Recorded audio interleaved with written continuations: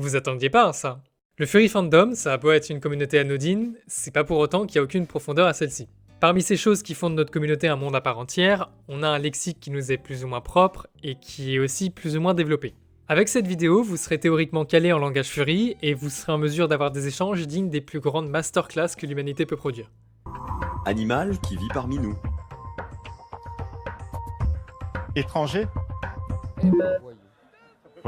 Non, non, meurtre. Pour que chacun en ait pour son compte, on va organiser la chose de la façon suivante. On va commencer par le niveau débutant, puis intermédiaire et expert. Être un expert Furry. Mon dieu, quelle chance. Comme ça, que vous soyez le plus gros des Furry qui soit, ou bien le plus paumé des innocents qui puisse exister sur internet, vous devriez en apprendre un peu.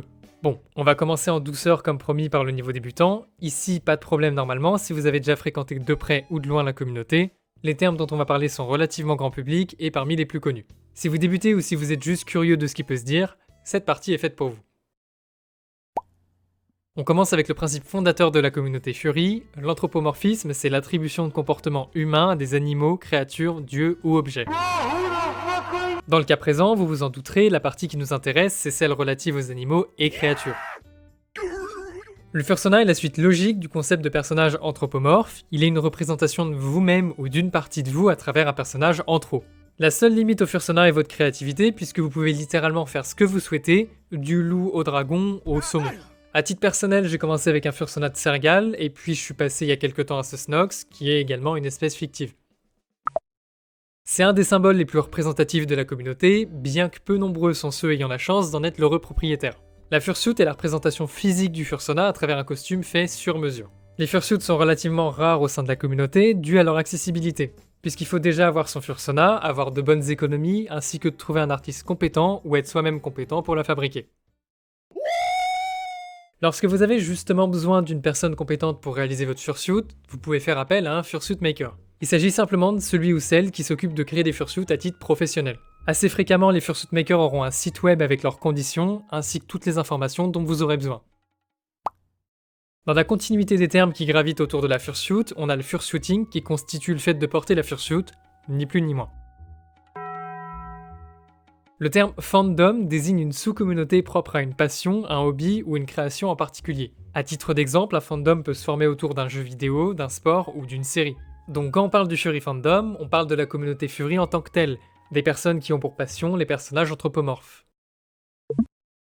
Oui, c'est vague, je sais. Ici, on va recenser plein d'interactions que vous serez susceptibles de croiser au sein de la communauté. Déjà, il y a le boop quand on vous touche votre nez, le hug lorsqu'on vous fait un câlin. Il y a aussi certains émoticônes comme cela, le W ou 3 servant de bouche. Des interactions du même genre, vous en avez un tas d'autres, que je vous laisserai découvrir par vous-même, j'irai pas toutes les lister. Le RP ou roleplay constitue le fait de jouer un rôle dans un environnement fictif. À titre d'exemple, un enfant qui joue à la poussette ou vous qui prétendez être un chat sur internet, c'est du jeu de rôle. Le ERP englobe les actions plus sexuelles du jeu de rôle, je pense que votre imagination vous suffira à visualiser. Par conséquent, lorsque quelqu'un vous propose de RP, il s'agit pas juste de faire des kawins et des pat-pat innocents, donc faites gaffe là-dessus.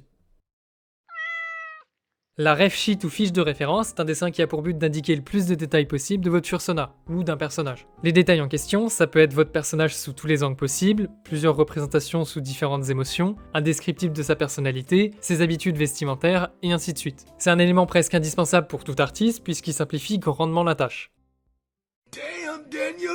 NSFW est le diminutif pour Not Safe for Work, dont la traduction littérale serait non approprié pour le travail. SFW est à l'inverse Safe for Work, donc approprié pour le travail. Les contenus NSFW donc désignent généralement tout ce qui ne devrait pas être à la vue de tout public, tel que le contenu adulte ou le contenu excessivement violent.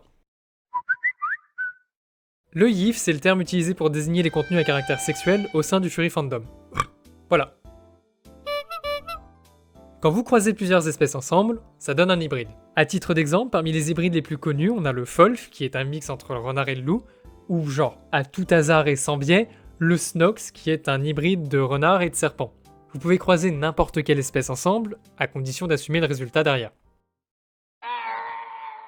À l'opposé de l'anthropomorphisme qui attribue des traits humains ainsi que la capacité de parler à tout ce que vous voulez, le féral consiste à maintenir l'aspect sauvage du personnage, c'est-à-dire l'incapacité de s'exprimer clairement, d'avoir une conscience ou juste de se déplacer à deux pattes. Ce chat est féral. Ce chat ne l'est pas.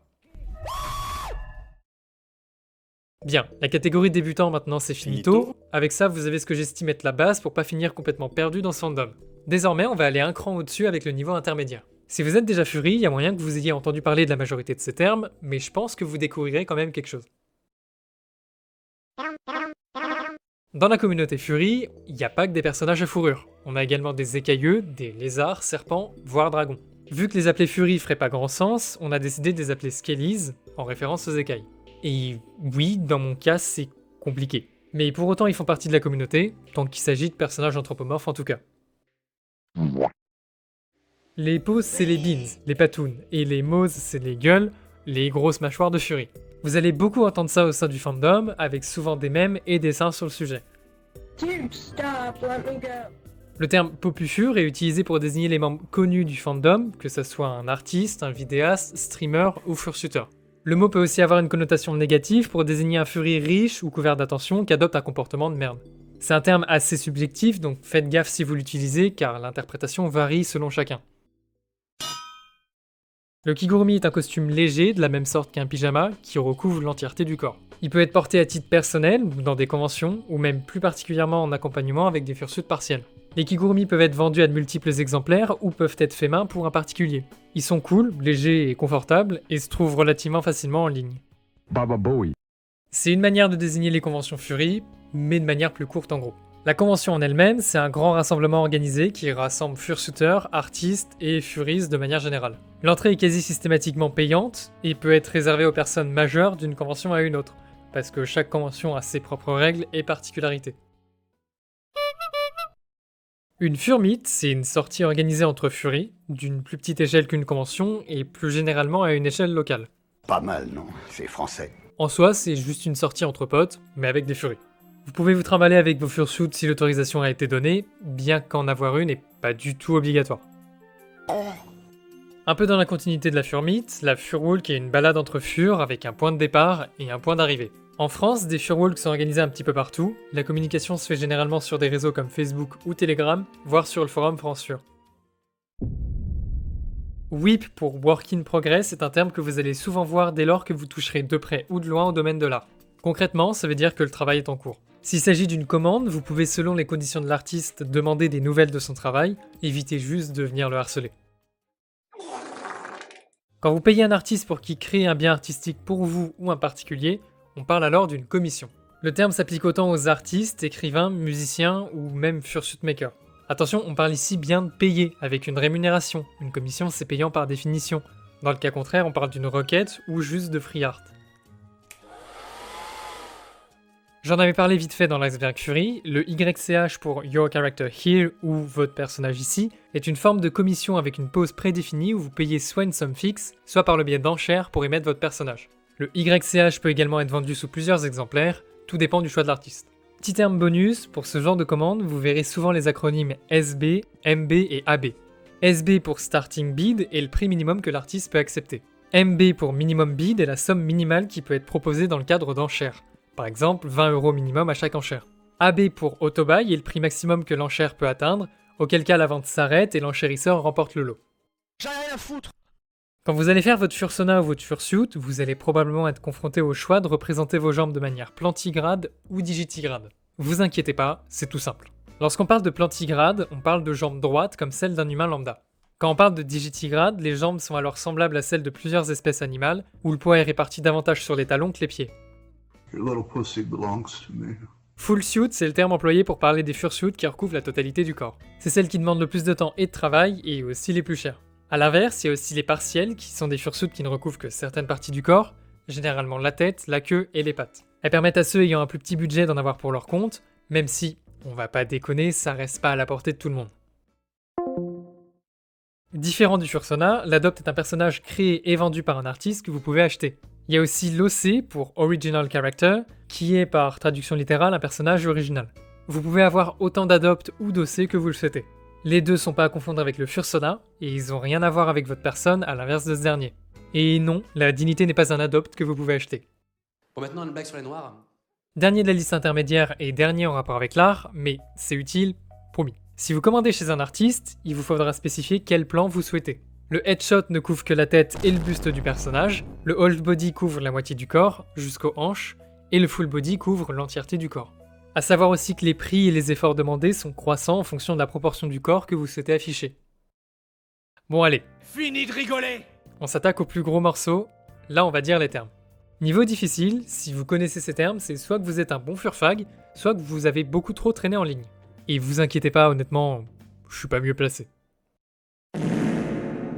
Oui, je sais, pour les fursauteurs qui regardent cette vidéo, c'est quasi essentiel, mais fallait bien que je comble cette catégorie d'une manière ou d'une autre. Les helpers sont des personnes qui se portent volontaires pour assister des fursuiters à porter leur costume et à se déplacer dans un environnement public. Voyez le helper comme une espèce de garde du corps personnel, mais pour une peluche de 2 mètres. Bon, on a parlé plutôt du concept de fursuit, vous êtes au point là-dessus. Et si vous l'êtes pas, vous pouvez regarder cette vidéo. Bien. La mursuit est l'équivalent sexuel de son prédécesseur, c'est une fursuit soit modifiée, soit conçue pour des motifs sexuels. Sachez que plusieurs conventions interdisent ce type de fursuit et que ces mêmes fursuits peuvent être mal vues par certains. Le terme Grey Muzzle est utilisé pour désigner les vieux de la veille, ou plus consciencieusement les membres âgés du Furry Fandom, ceux présents dans la communauté depuis les années 90, ou simplement ceux actifs depuis 5, 10 ou 15 ans. Rien à foutre de ta dépression! Le kemono est un genre de l'art japonais qui met en scène des animaux anthropomorphes au cœur de la vie humaine. C'est un style assez facilement reconnaissable puisqu'il se rapproche des animés et mangas avec des expressions faciales prononcées et de grands yeux. C'est aussi un style de fursuit à part entière que vous pouvez voir là maintenant à l'écran. Let us commence forth. Non, c'est pas un nom de drogue, promis. Mais ils ont pris de la drogue ou quoi? PCD pour Post-Con Dépression est un état mental temporaire qui peut survenir à la fin d'une convention ou après qu'elle ait eu lieu. Je vais pas m'étaler sur le sujet trop longtemps car j'avoue pas trop avoir de connaissances là-dessus, ni les compétences pour en parler correctement. Les symptômes les plus communs vont de la dépression à la perte d'appétit, voire même de l'insomnie. Si vous souhaitez vous renseigner davantage là-dessus, je vous recommande la page Wikifur à ce sujet qui en parle plus en détail. Fait du bruit tellement c'était claqué au sol. Alors, connaître ça va pas changer votre vie, mais je trouvais ça intéressant. Le drop crotch est une méthode utilisée pour donner au corps de la fursuit un aspect plus long, avec des jambes visuellement plus courtes. Les fursuits de ce type sont relativement rares, et peu nombreux sont les fursuit makers qui sont à l'aise avec cette méthode. A l'inverse d'une fursuit traditionnelle sur 2 pattes, la quadsuit est un type de fursuit à 4 pattes, ce qui force aussi le porteur à l'être. À 4 pattes. Elles sont extrêmement rares et représentent plutôt des personnages férales, donc plus sauvages qu'anthropomorphes. C'est pas du tout le cas. Je suis lucide. La duct tape demi est un moulage du corps d'une personne fait en ruban adhésif afin de servir de mannequin, en l'occurrence pour le fursuit maker. Pour ça, va falloir vous munir de temps et d'amis, parce que faire une typose pendant plusieurs heures, ouais, c'est pas ouf. La méthode n'est pas propre au Furry Fandom, puisqu'elle est utilisée dans le cosplay ou pour plus ou moins n'importe quel costume nécessitant les dimensions exactes du porteur. Concrude est le terme utilisé pour désigner une maladie, principalement sous la forme d'un rhume ou d'une fièvre, ou autre maladie non dangereuse après une convention Furry ou une furmite. Évidemment, il existe des moyens de s'en prévenir, en se lavant les mains fréquemment après contact ou juste en évitant le contact tout court, et en ayant un mode de vie relativement sain. Puis voilà, on a fait le tour des termes que vous pouvez être amené à voir dans la commu, j'espère ne rien avoir oublié, et si c'est le cas, vous pouvez me le faire remarquer en commentaire.